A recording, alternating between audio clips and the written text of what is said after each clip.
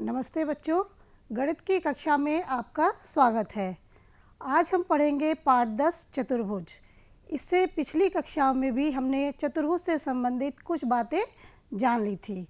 जैसे हमने जाना था कि 4 रेखाखंडों से बनी बंद आकृति को हम चतुर्भुज कहते हैं, और चतुर्भुज से संबंधित जैसे चतुर्भुज के शीर्ष क्या होते हैं, उनकी भुजाएं क्या होती हैं, विकर्ण क्या होते हैं, संलग्न भुजाएं क्या होती हैं, संलग्न कोण क्या होते हैं, सम्मुख भुजाएं क्या होती हैं, सम्मुख कोण क्या होते हैं, इन सब के बारे में जाना।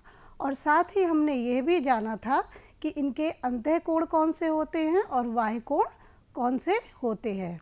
इसके बाद हमने यह जाना था कि चतुर्भुज के विशिष्ट प्रकार कौन कौन से हैं। इस क्रम में हमने जाना था सबसे पहले कि समलंब चतुर्भुज। समलंब चतुर्भुज क्या होता है? ऐसा चतुर्भुज जिसकी सम्मुख भुजाओं का एक जोड़ा, सम्मुख भुजाओं का एक जोड़ा कैसा होता है? इसमें समांतर भुजाओं का एक जोड़ा हमारा एक युग्म बराबर होता है। फिर उसके बाद आया था हमारा समांतर चतुर्भुज। समांतर चतुर्भुज में सम्मुख भुजाओं के दोनों युग्म कैसे होते हैं? बराबर होते हैं, या हम कह सकते हैं समांतर होते हैं। इसके बाद हमने जाना था आयत के बारे में। आयत में हमारे आयत भी एक प्रकार का समांतर चतुर्भुज है, बस इसमें हमारा क्या अंतर था कि आयत के सभी कोण, चारों कोण जो है 90 डिग्री के होते हैं। आयत के बाद हमने एक जाना था समचतुर्भुज। समचतुर्भुज की चारों भुजाएं बराबर होती हैं, और वर्ग की भी चारों भुजाएं बराबर होती हैं, लेकिन इसका प्रत्येक कोण कितने डिग्री का होता है? 90 डिग्री का होता है। और लास्ट हमने जाना था पतंग के बारे में। पतंग भी एक चतुर्भुज है। इसमें दो संलग्न भुजाओं के जो जोड़े होते हैं वो कैसे होते हैं? बराबर होते हैं, और उसे हम पतंग कहते हैं। और साथ ही हमने प्रयोग के द्वारा यह भी सिद्ध किया था कि चतुर्भुज के चारों कोणों का योग 360 डिग्री होता है। आज हम समांतर चतुर्भुज के विभिन्न प्रगुणों को सत्यापित कर देखेंगे। इस क्रम में हम सबसे पहले देखेंगे समांतर चतुर्भुज की सम्मुख भुजाएं कैसी होती हैं। ये आप जानते हैं कि समांतर चतुर्भुज की सम्मुख भुजाएं बराबर होती हैं, लेकिन इसे हम प्रयोग के द्वारा सत्यापित कर देखेंगे। इसके लिए हम सबसे पहले एक समांतर चतुर्भुज बनाएंगे। समांतर चतुर्भुज हम किसके सहायता से बनाएंगे? समांतर चतुर्भुज बनाएंगे हम सेट स्क्वायर की सहायता से। आपके ज्योमेट्री बॉक्स में इस तरह के आपने ये देखे होंगे, इनको हम कहते हैं सेट स्क्वायर, और इसकी सहायता से हम समांतर चतुर्भुज बनाएंगे। तो देखिए हमें समांतर चतुर्भुज कैसे बनाना है। सबसे पहले हमने ये एक लाइन खींच ली। इस लाइन के समांतर हमें सेट स्क्वायर के द्वारा समांतर रेखा कैसे खींचनी है। आप ये देख रहे हैं, इसमें ये कोण कितने डिग्री का है? 90 डिग्री का है। इसमें भी ये वाला जो कोण है वो 90 डिग्री का है। तो इसको हम किस तरीके से अपने लाइन पर लगाते हैं, इसे आप एक बार ध्यान से देख लेंगे तो आप अच्छे प्रकार से समांतर रेखा खींच पाएंगे। तो देखिए ये हमने एक रेखा खींची, इसको हमने इस प्रकार से इस पर लगा दिया। जो हमारा दूसरा सेट स्क्वायर है, इसका ये जो 90 डिग्री वाला जो कोण है, ये जो 90 डिग्री वाला जो कोण है, इसको हमने इस पर लगा दिया। अब हमें इसके समांतर रेखा खींचनी है, तो इसको हम पहले फिक्स रखेंगे और इसको हमने आगे बढ़ा दिया। अब जितनी भी दूरी की आपको रेखा खींचनी है, इसको फिक्स करते हुए इसे आप आगे बढ़ाएंगे। तो हमने ये जो है इसको बढ़ाते हुए एक रेखा खींच ली इस तरीके से। अब आप देखिए ये दोनों रेखाएं समांतर हैं, तो समांतर रेखा खींचना आपको आ गया होगा। इसी क्रम में आपके यहाँ पे लिखा है समांतर रेखाओं का एक जोड़ा L और M खींचिए। तो ये वाली रेखा हो गई हमारी L और ये वाली रेखा हो गई हमारी M। इन रेखाओं को प्रतिच्छेदित करते हुए समांतर रेखाओं का जोड़ा हमें खींचना है, P और Q खींचना है। इसको प्रतिच्छेदित करते हुए ये एक रेखा पहले आपने ये खींच ली। अब इस रेखा के समांतर आपको दूसरी रेखा किस प्रकार से सेट स्क्वायर से खींचनी है। सेट स्क्वायर को जिस प्रकार आपने LM रेखा पर लगाया था, इसी प्रकार से इसको हम यहाँ पर लगाते हैं। ये जो लाइन थी इसके जो है इस पर ये सेट स्क्वायर लगा दिया। ये जो इसका 90 डिग्री वाला कोण था, इससे हमने इसको मिलाया, लेकिन ये हमें आगे बढ़ाना है, तो इसको मिलाते हुए हमने इसको थोड़ा आगे बढ़ा लिया। अब हम इस सेट स्क्वायर को फिक्स रखेंगे, इसे नहीं हिलाएंगे, और जो हमारा पहले वाला है इसको हम आगे बढ़ाएंगे, और आगे बढ़ाते हुए हम इस जो हमारी P रेखा थी इसके समांतर एक दूसरी रेखा हमने खींच ली। तो देखिए इस प्रकार से ये हमारा एक समांतर चतुर्भुज बन गया। तो अब आप सेट स्क्वायर के द्वारा पहले समांतर चतुर्भुज बनाना सीख गए हैं। तो सेट स्क्वायर का प्रयोग करना है आपको और समांतर चतुर्भुज बनाना है। अब हम ये देखेंगे कि हमें समांतर चतुर्भुज की सम्मुख भुजाएं में क्या संबंध है, ये किस प्रकार से सिद्ध करना है। तो इसमें लिखा है समांतर रेखाओं का एक जोड़ा L और M खींचिए, जो आपने खींच लिया है। इन रेखाओं को प्रतिच्छेदित करते हुए समांतर रेखाओं का जोड़ा P और Q खींचिए। इन प्रतिच्छेदित बिंदुओं को A, B, C, D से नामांकित कीजिए। ये जो आपने चतुर्भुज बनाया है इसका अब आप नाम लिखेंगे A, इसका दूसरा नाम हो गया B, C और D। ये इस प्रकार से आपने इसको बना लिया। दो अन्य समांतर चतुर्भुज अपनी अभ्यास पुस्तिका पर इसी प्रकार से और बनाने हैं। जिस प्रकार से चित्र में दिखाई दे रहा है कि 3 समांतर चतुर्भुज बने हैं, इसी प्रकार से आप भी 3 समांतर चतुर्भुज की रचना अपनी कॉपी पर करेंगे, और उनके नाम भी आप जैसा पहले चित्र में नाम लिखा है वही नाम आपको उन दोनों चतुर्भुजों में भी लिखने हैं। कौन से नाम लिखने हैं? A, B, C, D। जब आप इसको लिख लेंगे D, फिर आपको AB, BC, CD और DA इनको मापना है, और इस प्रकार से ये एक आप तालिका बनाएंगे और तालिका में इनकी नापों को आप अंकित करेंगे। ये देखिए, ये मैंने पहले से ही समांतर चतुर्भुज अपने पेज पे बनाया हुआ है, इनके नाम लिखे हुए हैं और इनकी मापों को नीचे यहाँ पे अंकित कर लिया था। इन्हीं नापों को मैंने इस तालिका में अंकित किया हुआ है। तालिका में हम देखते हैं कि AB माइनस DC, ये हमारा AB और ये है DC। AB माइनस DC तथा BC माइनस AD शून्य है। ये हमारी AB भुजा आई 6 सेंटीमीटर और DC भुजा आई 6 सेंटीमीटर। AB और DC भुजाएं कैसी भुजाएं हैं? ये है सम्मुख भुजाओं के जोड़े। इसी प्रकार यहाँ पर जो हमारा BC और AD है, ये भी हमारे सम्मुख भुजाओं के जोड़े हैं, और इनकी नाप हमने यहाँ पर लिख दी। नाप लिखने के बाद जब हम AB से DC को माइनस करते हैं तो ये 0 आता है। इसी प्रकार दूसरा जो चतुर्भुज हमने लिया है उसकी भी AB में से DC को माइनस करते हैं तो उसका माप भी 0 आती है। इसी प्रकार तीसरे चतुर्भुज की भी नाप हम यहाँ लिखते हैं, और जब AB में से DC को माइनस करते हैं तो उसकी माप भी हमारी 0 आती है।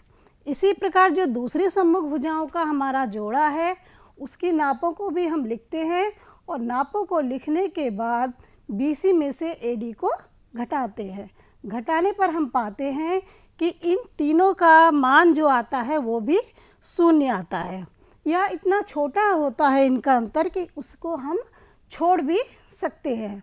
इस प्रकार हम कह सकते हैं कि प्रत्येक स्थिति में AB जो है किसके बराबर आता है?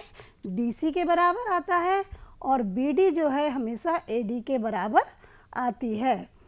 इस तालिका से हम किस निष्कर्ष पर पहुंचते हैं कि समांतर चतुर्भुज की सम्मुख भुजाएं समान होती हैं। समान है तभी तो घटने पर शून्य आ रहा है, अगर ये समान नहीं होती तो घटाने पर शून्य हमारा इसका मान नहीं आता। तो अब आप समझ गए होंगे कि समांतर चतुर्भुज की सम्मुख भुजाएं समान होती हैं। इसे आप प्रयोग द्वारा किस प्रकार सत्यापित कर सकते हैं। समांतर चतुर्भुज के सम्मुख कोण। समांतर चतुर्भुज के सम्मुख कोणों में क्या संबंध है, अब इसके बारे में हम जानते हैं। आपने पहले सेट स्क्वायर के द्वारा समांतर चतुर्भुज बनाना सीख लिया है। समांतर चतुर्भुज बनाने के बाद इस प्रकार से आपके 3 समांतर चतुर्भुज बन गए। वही नाम जो आपने पहले लिखे थे वही नाम आपने यहाँ पर भी लिख लिए हैं। उसी प्रकार से आपका समांतर चतुर्भुज पूरी जो प्रक्रिया है वही है, लेकिन अब हमें यहाँ पे क्या करना है, इनके सम्मुख कोणों को नापना है। जब हमने चतुर्भुज शुरू किया था तो हमने आपको बताया था कि सम्मुख कोण कौन से होते हैं। जैसे ये ए है, ए के सामने का कोण कौन सा है, सी, तो ये आपस में सम्मुख कोण के जोड़े हैं। इसी प्रकार डी के सामने का कोण बी, तो बी डी भी सम्मुख कोण है। इनको आप चांदे की सहायता से नाप लेंगे। ये आपके ज्योमेट्री बॉक्स में एक चांदा होता है, इसकी सहायता से आप इन कोणों को नाप लेंगे और अपने पेपर पर पहले लिख लेंगे। उसके बाद जैसे आपने पहले एक तालिका बनाई थी उसी प्रकार आपको एक तालिका बनानी है। जैसे ये तालिका बनी हुई है, तालिका बनाने के बाद जब जो कोणों को आपने नापा है उसी क्रम में, जैसे कोण सम्मुख कोणों का ए और सी का जोड़ा, दूसरा सम्मुख कोणों का जोड़ा कौन सा है, बी और डी का जोड़ा। तो कोण ए की माप 100 डिग्री। ये 100 डिग्री कहाँ से आया है, ये जो मैंने अपना ये बनाया था समांतर चतुर्भुज, इस कोणों को मैंने नापकर इस तालिका में पहले ही अंकित कर दिया है आपको समझाने के लिए। तो कोण ए का मान 100 डिग्री और कोण सी का मान आया 100 डिग्री। जब हम कोण ए से सी को घटाते हैं तो इसका मान आता है 0 डिग्री। इसी प्रकार कोण बी और डी को नाप के हमने यहाँ पे लिखा, बी और डी को नापने के बाद इनका मान भी बराबर आता है 80 और 80 डिग्री। जब हम 80 में से 80 को घटाते हैं तो इसका मान भी 0 डिग्री आया। ये हमारे दूसरे चतुर्भुज जो हमने बनाया था उसके सम्मुख कोणों की मापें हैं। इनको हमने यहाँ लिखा और घटाने के बाद 0 डिग्री हमें प्राप्त हुआ। और दूसरा जो सम्मुख कोणों का जोड़ा था इसके मान हमने यहाँ पर लिखे और इसको घटाया तो इसका मान भी हमें 0 प्राप्त हुआ। इसी प्रकार जो हमारा तीसरा चतुर्भुज था उसकी नाप हमने यहाँ लिखी और घटाने के बाद ये भी 0 प्राप्त होता है। और दूसरा जोड़ा जो इसका है इसकी माप भी हमको घटाने पर 0 प्राप्त होती है। इस प्रकार हम देखते हैं तालिका से कि कोण ए माइनस कोण सी तथा कोण बी माइनस कोण डी 0 है। या आप नापेंगे तो हो सकता है थोड़ा बहुत इसमें अंतर आ जाए और ये अंतर इतना छोटा होगा कि इसके मान को आप छोड़ सकते हैं। इस प्रकार आप कह सकते हैं कि कोण ए बराबर है कोण सी के तथा कोण बी बराबर है कोण डी के। इस तालिका से हम किस निष्कर्ष पर पहुँचे, इस तालिका के आधार पर हम कह सकते हैं कि समांतर चतुर्भुज के सम्मुख कोण बराबर होते हैं। कैसे पता चला, बराबर थे तभी तो घटाने पर हमको 0 प्राप्त हुआ। अब है समांतर चतुर्भुज के विकर्ण। जो समांतर चतुर्भुज आप पहले बनाना सीख चुके हैं उसके अब हमने इसमें क्या खींच लिए हैं, विकर्ण। जो इसमें भी आपको कितने समांतर चतुर्भुज बनाने हैं, 3 बनाने हैं और इन तीनों के हमने इसमें क्या खींच लिए हैं, विकर्ण खींच लिए हैं। ये पूरी ये जो यहाँ पे लिखी हुई है ये समांतर चतुर्भुज बनाने की प्रक्रिया लिखी हुई है जिसे आप पहले ही जान चुके हैं। समांतर रेखाओं का एक जोड़ा L और M खींचिए। इन रेखाओं को प्रतिच्छेदित करते हुए समांतर रेखाओं का जोड़ा आपने क्या खींचा था, P और Q खींचिए। इस प्रकार बने समांतर चतुर्भुज को हमने क्या नाम दिया था, A B C D। शीर्ष A, C तथा B और D को मिलाइए। शीर्ष A और C को मिलाया, B और D को मिलाया। शीर्ष को AC और शीर्ष BD को मिलाने से हमें समांतर चतुर्भुज के विकर्ण प्राप्त हो जाते हैं। ये विकर्ण एक दूसरे को किस पर प्रतिच्छेदित करते हैं? बिंदु O पर प्रतिच्छेदित करते हैं। ऐसे ही दो और समांतर चतुर्भुज बनाइए, इनके नाम भी ABCD रखिए। इनके विकर्ण AC और BD का भी प्रतिच्छेदन बिंदु जो है O मानिए। और अब हम AO और OC तथा DO और OB को मापकर तालिका में अंकित करेंगे। किसको मापना है हमें? AO और OC को मापना है। दूसरा हमें नापना है DO और OB को, और ये काम हमें तीनों चतुर्भुज के अंदर करना है। तो देखिए, इसमें ये मैंने पहले से जो चतुर्भुज बनाया था, इसके मैंने ये विकर्ण खींच लिए हैं आपस में, और विकर्ण खींचने के बाद इनको नापकर तालिका में यहाँ पर अंकित किया हुआ है। इसी प्रकार आप भी अपनी कॉपी पर 3 समांतर चतुर्भुज बनाएंगे, फिर आप उनके विकर्ण खींचेंगे और उन विकर्णों की नापों को तालिका में अंकित करेंगे।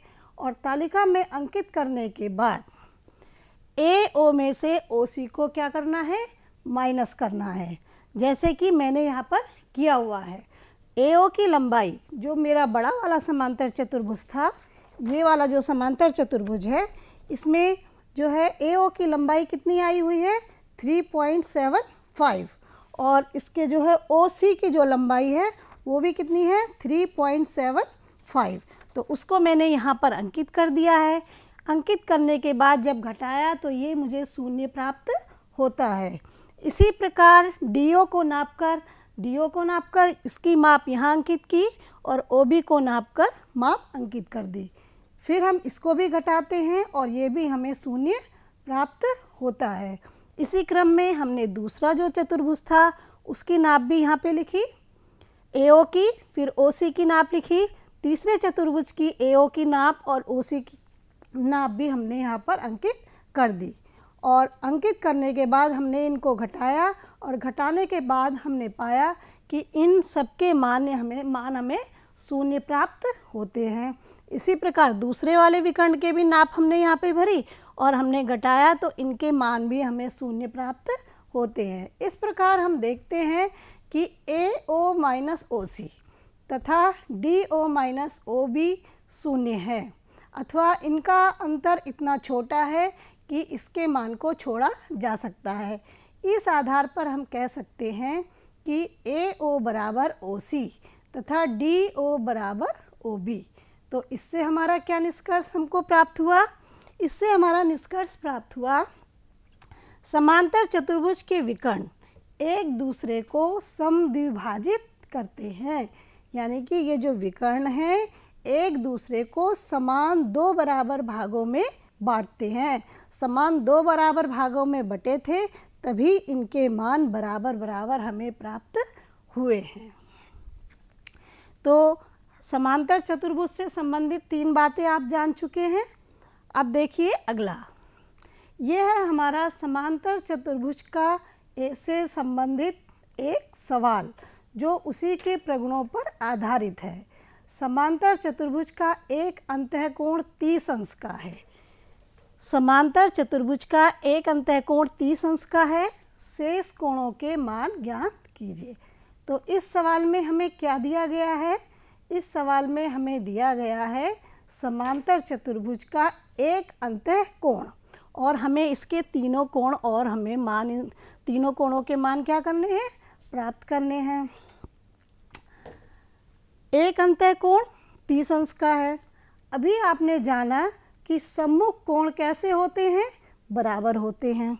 तो इस चित्र में कोण A बराबर 30 डिग्री है, इसलिए कोण A का सम्मुख कोण क्या होगा? C। इसलिए कोण C भी कितने डिग्री का होगा? 30 डिग्री का होगा। क्यों? क्योंकि ये सम्मुख कोण है। तो हमने यहाँ पे लिख दिया कोण A बराबर कोण C बराबर 30 डिग्री। कोण ये भी 30 डिग्री हो गया और कोण C भी 30 डिग्री हो गया। कोण B हमने मान लिया ये x डिग्री है। अगर कोण B x डिग्री है तो कोण D भी कितना होगा? x डिग्री होगा, क्योंकि कोण B और कोण D ये भी कैसे कोण हैं? सम्मुख कोण हैं। और आप ये पहले भी सीख चुके हैं कि चतुर्भुज के चारों कोणों का जो जोड़ होता है वो कितना होता है? 360 डिग्री। तो हमने कोण A प्लस कोण B, कोण C और कोण D इनका मान लिख दिया 360 डिग्री। कोण A की जगह A का मान लिख दिया, B की जगह x, C की जगह 30 और इनके सबके मान हम इस तरीके से लिखते चले गए। अब ये हमारी एक समीकरण बन गई। 30 x और x 2x, 30 और 30 को जोड़ के आ गया 60 और ये है हमारा 360 डिग्री। और जिस प्रकार से हम समीकरण को हल करते हैं उसी प्रकार से हमने इसको यहाँ पर हल कर दिया। तो 2x बराबर, इसका हमने 60 का पक्षांतर कर दिया तो ये हो गया -60, घटाने पर आया 300, 3x बराबर 300/2, तो x का मान आ गया 150 डिग्री। तो कोण B का मान 150 और कोण D का मान भी होगा 150 डिग्री। दूसरा सवाल है, समांतर चतुर्भुज की किसी भुजा पर बने कोण में 40 डिग्री का अंतर है, प्रत्येक कोण का मान ज्ञात कीजिए। तो किसी भुजा पर बने कोणों का योग होता है 180 डिग्री। ये बात याद रखने वाली है आपके कि किसी भुजा पर बने दोनों कोणों का योग हमेशा 180 डिग्री होता है। तो कोण A बराबर x डिग्री, कोण B बराबर कितना होगा? 180 माइनस x। अब हम प्रश्न के अनुसार क्या करेंगे कि दोनों का अंतर कितना है, यानी कि इसमें से इसको घटाएंगे तो ये आता है हमारा 40 डिग्री। तो हमने इसको एक समीकरण के रूप में लिख लिया। x और x कितना हो गया? 2x बराबर 40, 180 का पक्षांतर कर दिया तो ये हो गया हमारा प्लस 180, 180 और 40 को जोड़ के ये हमें प्राप्त हुआ 2x बराबर 220। तो x बराबर 220/2, 2 से जब आप इसको काटेंगे तो ये आपका प्राप्त होगा 110। अतः कोण A बराबर आपको प्राप्त हुआ 110 और कोण B बराबर कितना हो गया? 180 माइनस x था, x की जगह 110 लिख दिया तो ये आपको प्राप्त हुआ 70 डिग्री। आयत के विकर्ण। आयत बनाना आप सभी जानते हैं कि आयत की आमने सामने की भुजाएं कैसी होती हैं? बराबर होती हैं और इसका प्रत्येक कोण 90 डिग्री का होता है।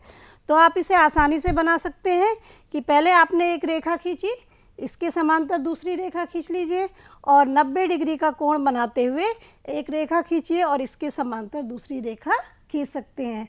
या इसे आप दूसरी तरीके से बना सकते हैं कि एक रेखा खींचकर आप 90 डिग्री के कोण बनाते हुए इनको बढ़ाइए और इनको आप बराबर बराबर नाप के लेते हुए समांतर एक रेखा खींच दीजिए तो ये रेखा और ये बराबर आ जाएंगी और ये वाली भुजा और ये वाली भुजा बराबर आ जाएंगी, यानी सम्मुख भुजाएं बराबर बनाते हुए आप जो है आयत के विकर्ण आयत बना सकते हैं और फिर A और C को मिलाकर B और D को मिलाकर इनके विकर्ण प्राप्त कर लेंगे, जैसा कि हमने समांतर चतुर्भुज के विकर्ण बनाए थे।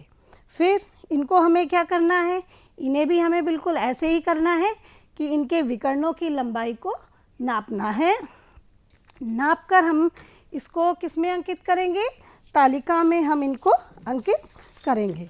देखिए ये मैंने बनाया हुआ है पहले से ही आयत और इसके जो विकर्णों की माप है ये मैंने यहाँ पर लिख दी है और माप को मैंने यहाँ पर तालिका में अंकित कर दिया है। तालिका में अंकित करने पर फिर इनको हमने घटाकर देखा तो हमें इनके मान भी शून्य प्राप्त होते हैं और शून्य प्राप्त होने से हमें पता चला कि AC बराबर BD है, AC बराबर BD है। इस प्रकार हम क्या कह सकते हैं कि आयत के विकर्ण भी समान होते हैं। तो यही हमारा निष्कर्ष निकला कि आयत के विकर्ण समान होते हैं। आयत एक विशेष प्रकार का समांतर चतुर्भुज है, इसलिए इसके विकर्ण भी एक दूसरे को समद्विभाजित करते हैं। अब है समचतुर्भुज के विकर्ण। समचतुर्भुज आप जानते हैं कि समचतुर्भुज की चारों भुजाएं आपस में बराबर होती हैं। पहले आप एक समचतुर्भुज बनाएंगे, इनके विकर्णों को खींचेंगे और विकर्णों को खींचने के बाद तीन समचतुर्भुज भी आपको 3 ही बनाने हैं, जैसा कि आप पीछे से करते चले आ रहे हैं। और इनके विकर्ण खींचने के बाद नापकर तालिका में अंकित करेंगे। तालिका में अंकित करके क्या देखना है हमें इसमें कोणों को मापना है। इसके कोण AOB को नापकर तीनों जो आपने चतुर्भुज बनाए हैं उनके तीनों के कोण AOB को नापेंगे और नापने के बाद 90 डिग्री में से इनको घटाएंगे। घटाने पर हमें इन सब के मान शून्य प्राप्त होते हैं।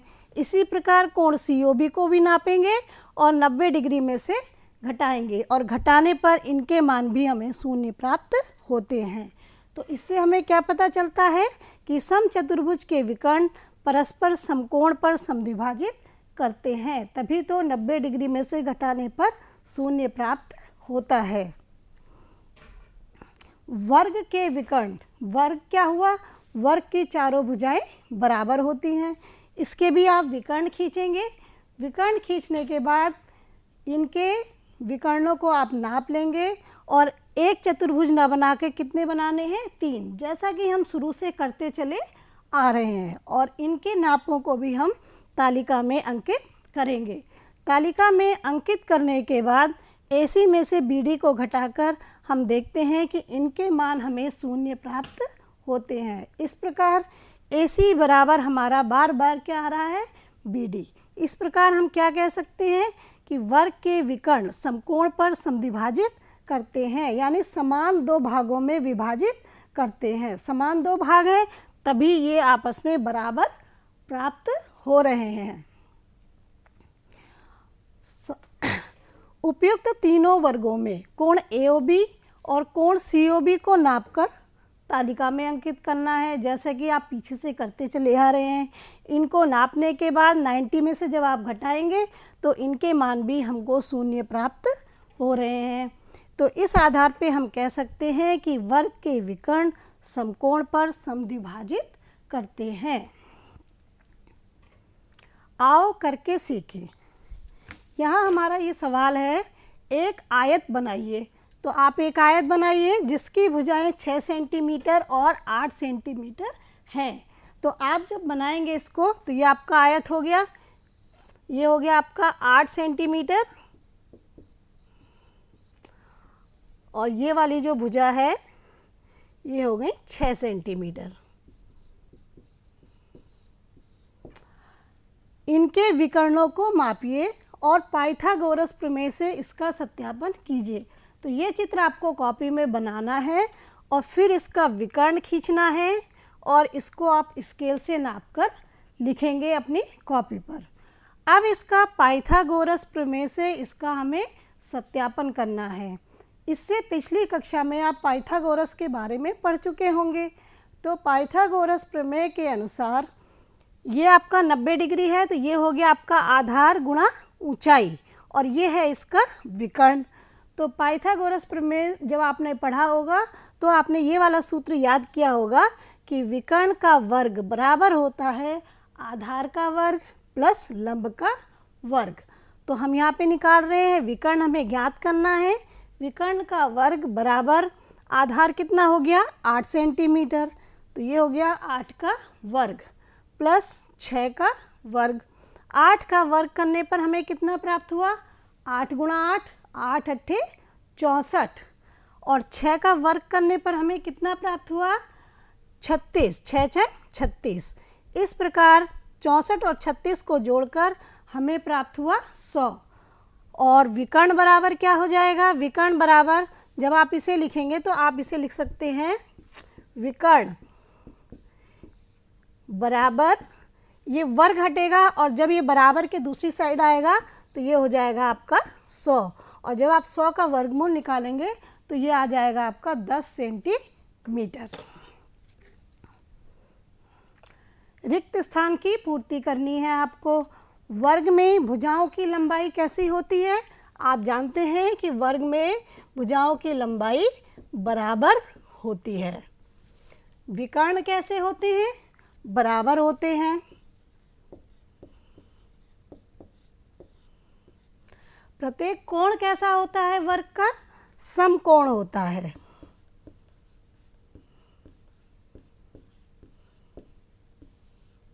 विकर्ण एक दूसरे के बराबर होते हैं।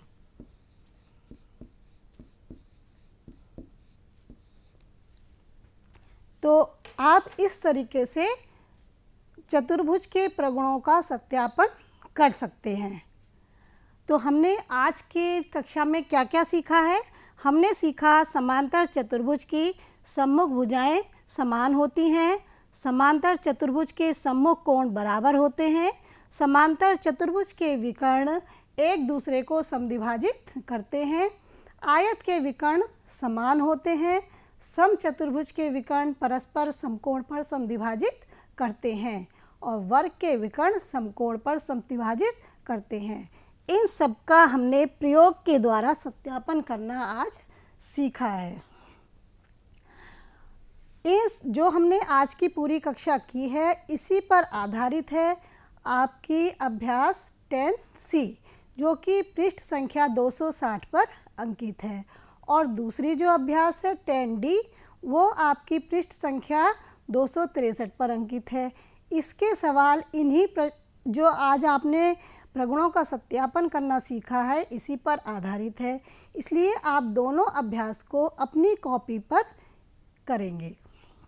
और इसी के साथ हमारी एक आज की कक्षा यहीं पे समाप्त होती है और ये पाठ भी यहीं पे समाप्त होता है। धन्यवाद।